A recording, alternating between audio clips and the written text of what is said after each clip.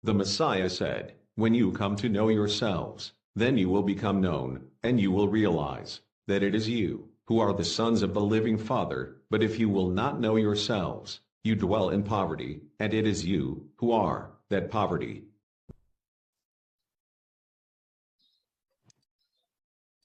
Happy Sabbath mga kapatid.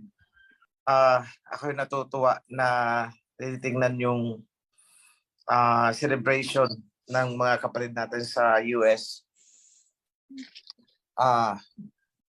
Medyo nahuli yata yung flagging, Feast of Tabernacles pala yun. So sabi ko, teka muna, ba't ngayon lang ito na i-play? Ang ganda.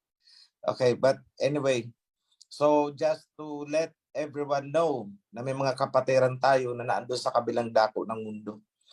And I'm not sure exactly kung saan sila sa US. Hindi ako aware. But then, right now,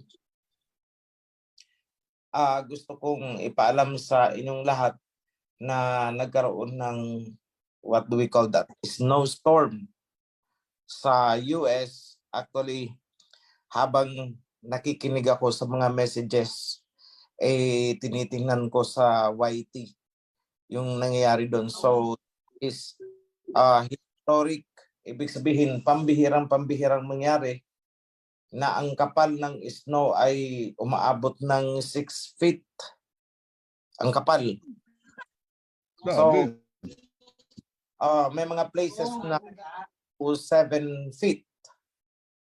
So, mga kapatid, alam naman natin na meron tayong mga kasamahan doon sa US, lalong-lalo mga nasa New York. Please include them in our prayers also. So, I will move on. Let me compliment yung mensahe ng ating butihing priest Felix. So, matotal is naandun sa obedience of the covenant. Alam nyo, yan yung paulit-ulit kong sinabi na baka akalain ng iba. Para tayong mga sirang plaka, covenant, each time na magkikita-kita, covenant. Pero, tandaan natin na ang covenant na yan ang pinaka saligang batas. The constitution of the kingdom. So, sa mga ganap ng nauunawaan yan, congratulations. Pero para doon sa mga baguhan, hayaan nyo ang mga priest na paulit-ulit ma-remind dyan hanggang sa maitanim sa ating mga puso at isipan. So yan naman ang sinabi ng ating alahayam na darating ang panahon na ang kanyang mga covenant laws ay isusulat sa puso at isipan ng bawat mamamayan ng kingdom. So we cannot do away with it. Sa ayaw man natin o sa gusto, obligado tayong mag-align sa covenant na yan na ibinigay sa atin. Ibinigay sa ating mga ninuno. So, paano ba natin i-relate sa ating buhay ang covenant? Mula sa pinakamalaking issue hanggang sa pinakamaliit na issue, covered po yan ng covenant. Sa international scene, kung kayo ay nanonood sa YouTube, mga report, even Russia, naalala ko, noong binabanggit ni Priest Felix yung lugar na pinili ni Lot sa may kapatagan ng Jordan, and that was very near Sodom and Gomorrah.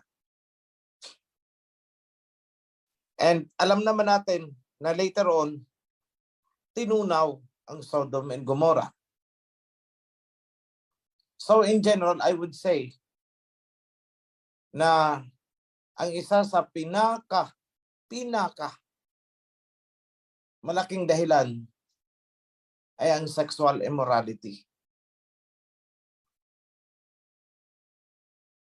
So in one way or another, bago pa man tayo pumasok sa covenant, lahat tayo halos ay may pinagdaanan. In one way or another, we've been rebellious. In one way or another, para tayong nagkikibit-balikat na lang, na parang wala ng takot. But now, binigyan tayo ng reset point. Reset. Magpasimula kayo ng malinis.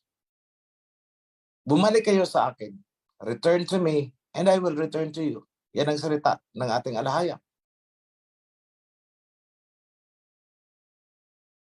And so, we found ourselves, andito tayo, nagkatipon-tipon sa loob ng covenant.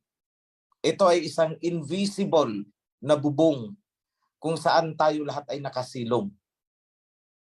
Invisible dahil hindi mo mahawakan sa iyong kamay. Invisible dahil hindi mo makita ng iyong mata. Walang physical na dingding, walang physical na bubong. But, in principle, ito yung ating pamamahay, the covenant. At sa loob ng bahay na yan, may mga alituntunin, may mga rules na kailangan nating sundin. So, magto-tone down ako ng konti sa terminology. Kumbaga, ibababa ko ng konti yung level ng aking pananalita. I will use layman's term. Pwede niyong sabihin, ang iba dyan, isipin bastos. But I would pronounce it kung yun ang kinakailangan para lang maunawaan ng iba dyan. Kasi kung gagamit tayo ng mga highfalutin na kagaya ng ginagawa ng yung ari ay tinatawag na flower. So, I would say ari. Para lang maintindihan. So, why do I have to do this? Bakit kailangan kong gawin ito? It's because paulit-ulit, maraming cases na nakakarating sa amin. At yan ay pinagpupuyatan ng priesthood para maituwid, mai-align.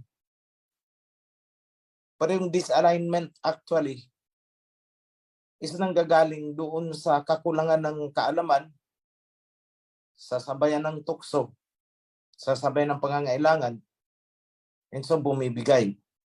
It's simply because hindi matatag ang pagkakabaon ng ating paninindigan sa covenant. Maraming nalalaglag sa mga dahilang parang hindi ko sapat akalain na minsan tinatanong ko sa sarili ko, dahilan ba yun para i-give up mo ang covenant? Sapat na dahilan ba yun para iwanan mo ang covenant at ikaw ay magkora? Ba't din nangyayari? So parang napakakitid, napakaliit na pinalaki. Hindi na ako magsasalita so much. Pero magkahalo yung pita ng laman at saka yung marites.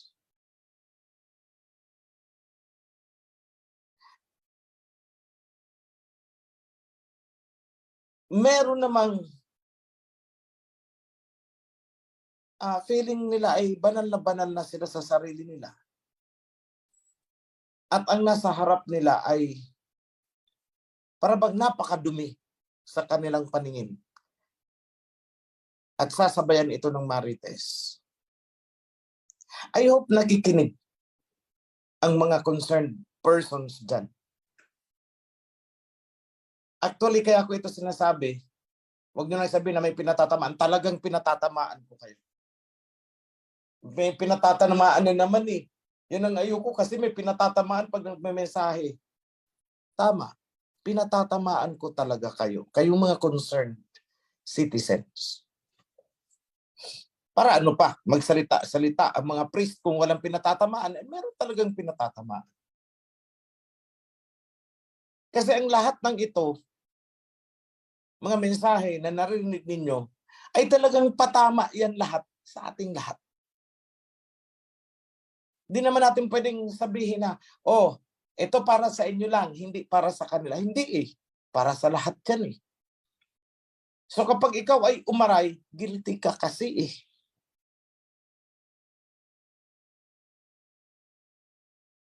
Mga kapatid, huwag nyo sanang paabutin doon sa punto na ako'y magsawa at hindi ko na kayo pakinggan pag nag-seek kayo ng audience sa akin. Okay yan nung kunti pa lang tayo. Maybe when we were just 500 people, okay yan. 1,000, nag-2,000, nag-3,000, nag-4,000. Eh ngayon yung population natin lumaki eh.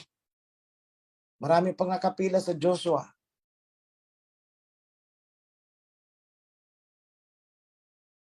So, hindi na pwede yung dati nang nangyayari na ako'y inaabot ng magdamag para pakinggan ang bawat isa. That will no longer happen. Lalo na after the coronation. That is why nag-designate na ako ng mga tao upang saluhin ang mga maliliit na bagay, mga maliliit na usapin na sa tingin ko ay kaya naman nilang iresolba.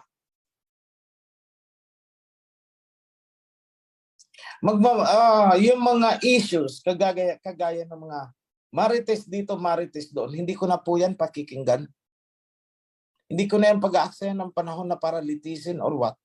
Dahil may mas mahalaga akong bagay na kailangang pagmuni-munihan, pag-isipan. I need to contemplate. I need to think. I need to be alone. I need to be silent. Kailangan kong manahimik. Kailangan kong maggulong para malayang makagalaw ang aking isipan. So, hindi na po darating sa akin yung nababader ang isip ko at panahon para lang makinig ng marites. Gone are those days. Tapos na po yun. So, sa mga nagsisik ng audience dyan, humihingi ng panahon sa akin, I am sorry. I am sorry. Pakikinggan ko lang yung talagang may parameter na akong inilalagay dyan. That is your first time. Unang pagkakataon na humiling ka sa akin ng audience, gusto mo akong makausap, then I will grant. The chance is 60% na pagbigyan kita. Another parameter, gaano ba kabigat ang usapin yan? Yung decision ko dyan will be 20%. So may 80% chance ka na kung mabigat yan. At unang pagkakataon mo sa akin. And the remaining 20% is yung panahon ko. Time. Kaya pasensya na doon. May mga chapters na alam naman ninyo ha, alam ninyo ito. May mga chapters dyan na talagang kung magpapagawa ako ng trophy,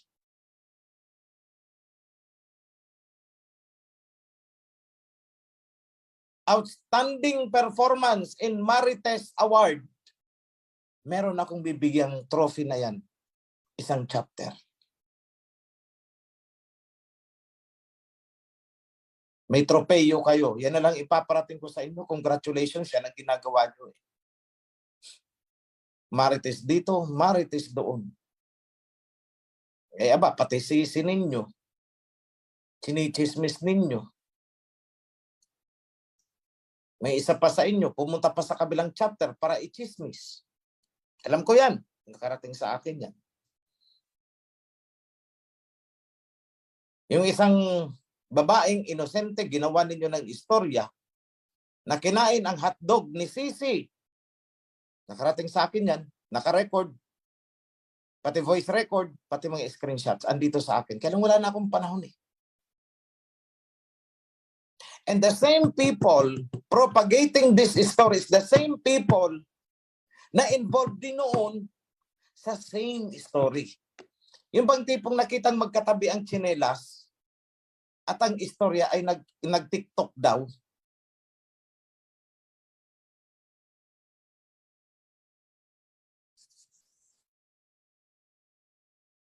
Pati yung istorya na itong babaeng daw ito, may nakakita-kitang-kita daw ng dalawang matahan nila na humahalik doon sa baba ng lalaki.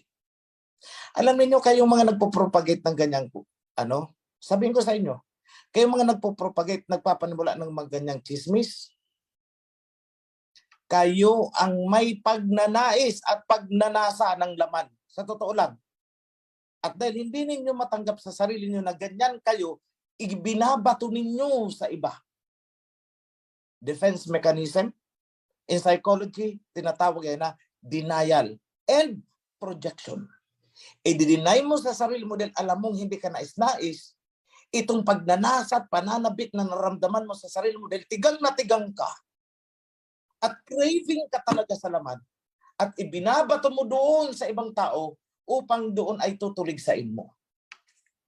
In short, ikaw ay nagmamalinis. Ikaw ang may damdamin, ikaw ang may pagnanasa, ikaw itong may, hindi ko alam kung ano itatawag ko dyan. Pero inyong mga kwento ninyo, na kinain itong sister ang hotdog at itlog ni Sisi. Pantakin yung ang unang tanong ko, paano mo nalaman? Ha? Nandun ka ba? At kung naandun ka, sana hindi ka nang nagawa. Nakikain ka na rin lang para hindi ka naiinggit. Inggit lang yan, Day. Sa totoo lang, naiinggit ka. Hindi mo lang matanggap sa sarili mo na ikaw itong tigang na tigang. Kaya gumagawa ka ng istorya at ibinabato mo sa iba. I tell you, hindi mo nakita, nagsisinungaling ka ngayon pa lang. Nagsisinungaling ka at nagkakalat ka ng marites hanggang doon sa kabilang chapter.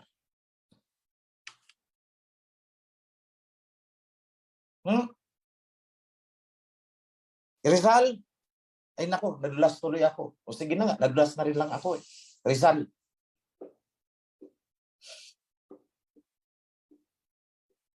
huwag na po kayong mag-seek ng audience sa akin ha. Ayoko na kayong harapin. Nang ipapakiusap nyo sa akin is ayusin kayo, ayusin. Dahil sa mga chismis na ganyan, kakahiya kayo. Huwag nyo akong bulabugin ng ganyang usapin.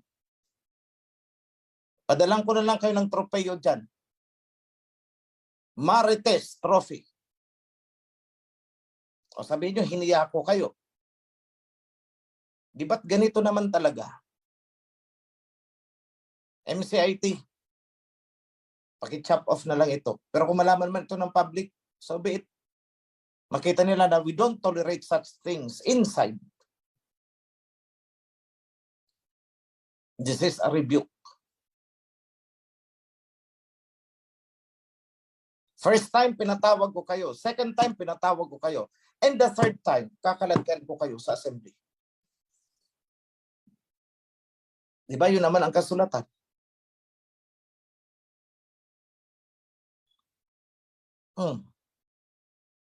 Yung mga nagkalat ng chismis na yan. Noon, tsinelas.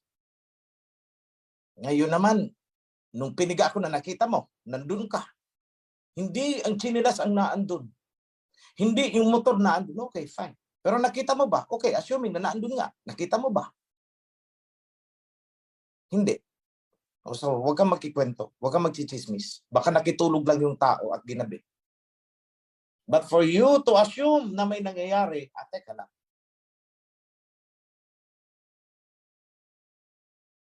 Ito naman, yung isang sister daw ay kumain ng hotdog ni Sisi. Baka naman ikaw ang sabik na sabik kumain ng hotdog ni Sisi. At binubuntun mo doon sa isang kapatid. Nakita mo? Hindi naman siguro, kung gawin man nila, hindi naman siguro yan mga walang isip at gagawin nila na may nanunood. Kaya sa kwento pa lang, hindi na ako naniniwala.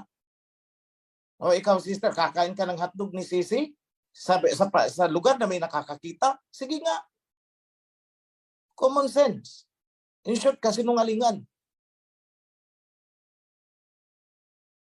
Kinain daw ang itlog ni Sisi at nasarapan daw sa hotdog at sa itlog ni Sisi. O kita nyo na yan. Ganyan pa yung nasa covenant. At kayong mga nagtatampulan ng ganyang mga marites, enjoy na enjoy kayo, sarap na sarap kayo, mga dila ninyo ang sasarap pagpuputulin. Tapos hihingi kayo ng audience sa akin, yan ang bit-bit ninyong issue, pupuyatin nyo ako. Ako, pasensya na, kayo ang tinutukoy ko na ayoko nang makausap. I'm tired. You know that? Ilang taon na kayong ganyan.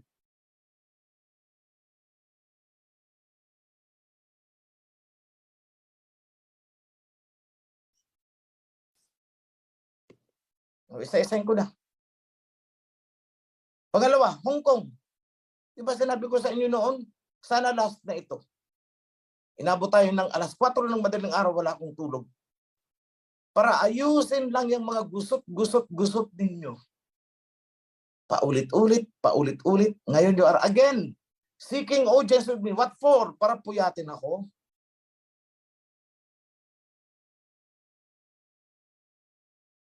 Marami akong iniisip. Para sa kabutihan ng kingdom, please, don't bother me with nonsense.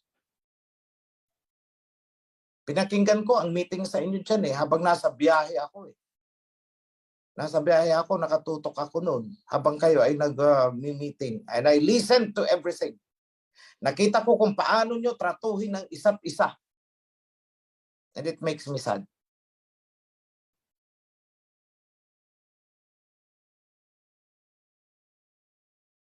Hanggat hindi nyo inaalis sa sarili nyo, yung feeling nyo angat kayo sa iba, yan ang magpapahamak sa inyo.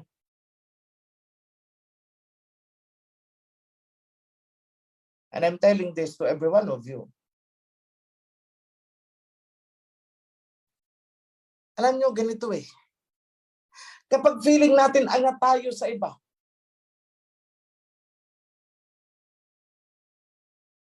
pagsisimulan ng gulo yan.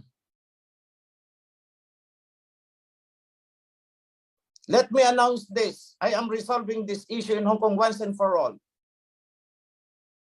Aalisin ko si Sister Charito sa pagkasisi dyan. Not because may ginagawa siyang hindi maganda. Not because hindi siya nagpiperform. Not because may kasalanan siya. But because para lang matahimik na ang Hong Kong. Sis Charito, tender your resignation. I know you have done your part. Mag-election na kayo, Hong Kong.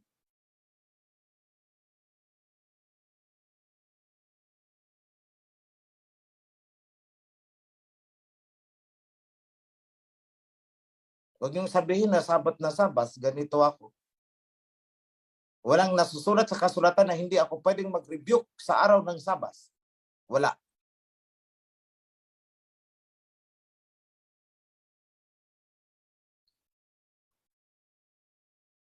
I am executing the principles of the covenant. That's why I'm doing this even during Sabbath. At sana naman pag ngayong wala na si Sister Charito dyan sa Hong Kong, sana naman tahimik na kayo. Then pag hindi all together, I will forget na merong chapter dyan sa Hong Kong. Wala akong haharapin sa inyo. And I'm saying this in the witness of all chapters.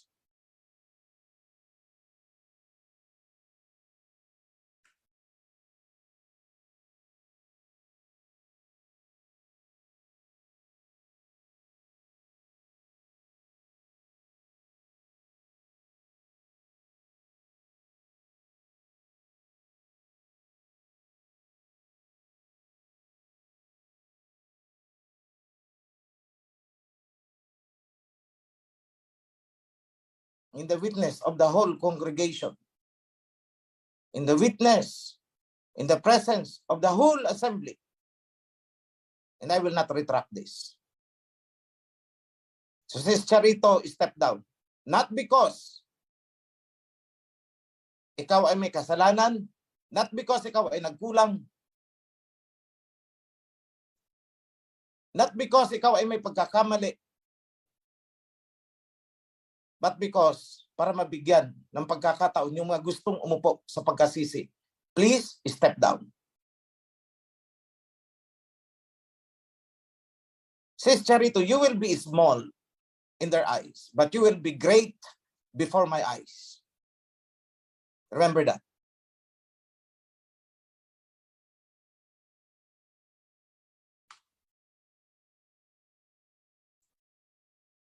And let this be a lesson to all of you. Lahat ng chapters.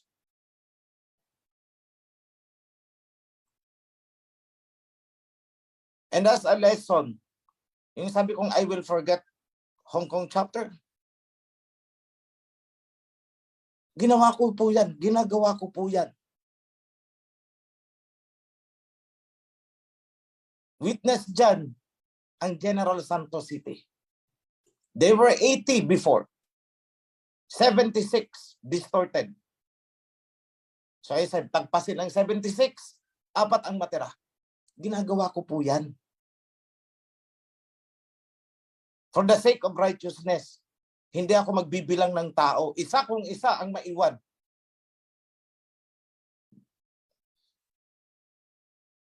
That is how we do it.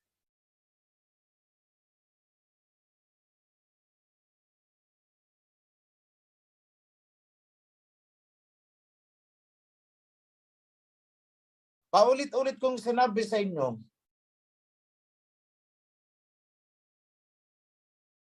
ng righteousness ninyo, hayaan nyo yung mapansin na hindi nanggagaling sa inyong sariling dila.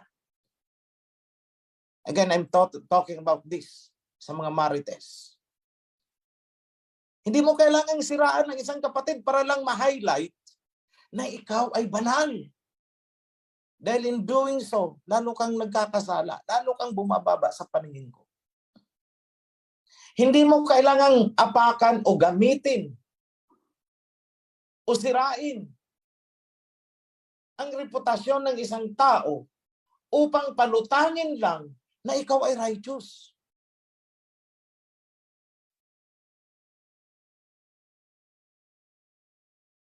Marami sa inyong gumagawa ng ganyan eh. Sa totoo lang, marami sa inyong gumagawa ng ganyan. Dahil kung walang gumagawa ng ganyan, then wala sanang gulo ang mga chapter ninyo. Pag may nakita kang hindi maganda sa isang kapatid, lapitan mo in secret. Sister, parang hindi yata maganda sa paningin ng tao. Yung ginagawa mo, baka ma-misinterpret yan. Medyo iwas sis. Eh ako, yung nag-aakusa doon sa isang kapatid na yon, dyan sa Rizal, pinaimbestigahan ko din siya. Sige nga, nakikita niya ang galaw nitong isang kapatid na ito Ngayon, yung galaw niya naman, I had compilation also.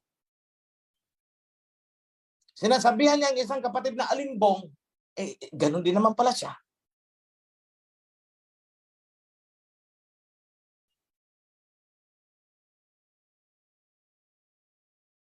Lahat yan magbubumirang sa'yo. I tell you, what you plant, you will reap. Siniraan mo, chinismis mo ang iyong kapatid. Aanihin mo lahat yan para matikman mo kung ano ang nararamdaman ng isang ichinichismis.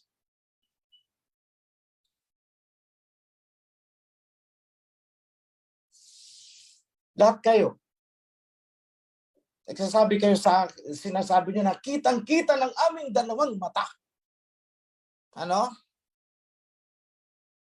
Nagkangkong ang dalawa sa harapan ninyo para masabi ninyong kitang-kita ng inyong dalawang mata. Hindi ba't nagsisinungaling kayo? In the first place. O sige, nangyaring ganon. Ano ginagawa mo dun sa lugar? Scorer ka? I'm sorry ha. Kung medyo ganito ng tono ko, but I said, bababa ako sa level ninyo para lang magkaintindihan tayo. Bababa ako sa level ninyo. Sa uri ng pag-iisip na meron kayo. Para lang magkaintindihan tayo.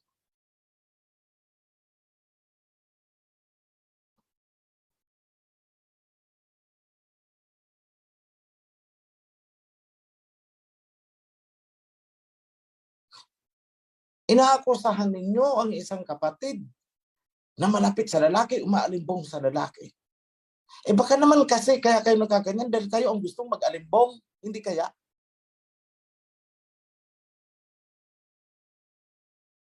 Hindi ka't nagsiselos ka lang, ha? Ate, ay nanay ka na pala eh. Hindi ka't nagsiselos ka lang dahil ikaw ang may gusto doon sa lalaki. Ano ba talaga? Sorry ha, today is Sabbath. I will stop. Pasensya na. But this is again, an open review. Di na ako nagkulang sa inyo. First, second, and third. Now, Rizal, don't seek audience sa akin. Hong Kong, don't seek audience sa akin. Ayoko kayong kausapin. Ayoko kayong harapin.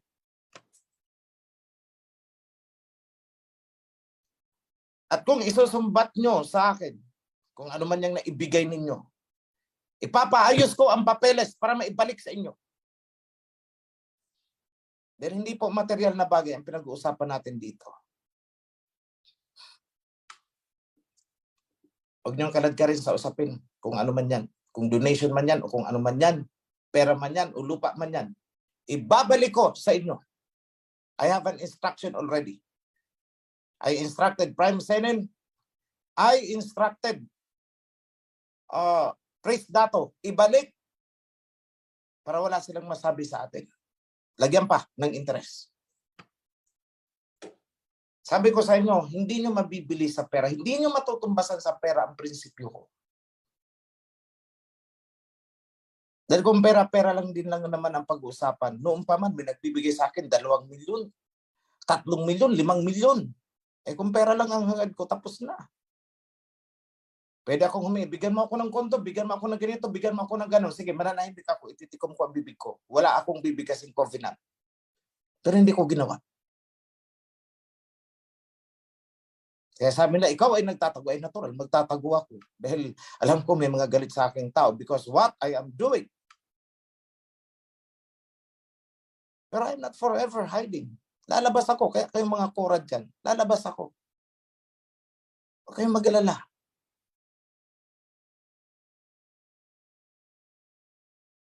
Kala nyo naman natatakot ako sa inyo. Kasi sa mga kura at mga konektado sa kura.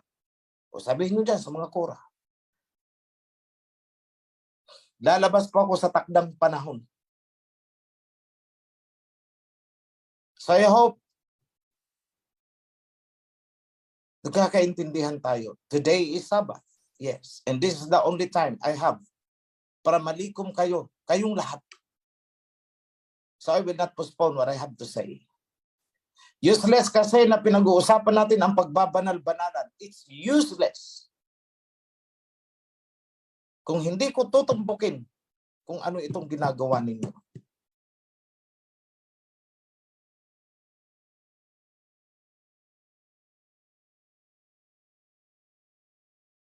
So to end,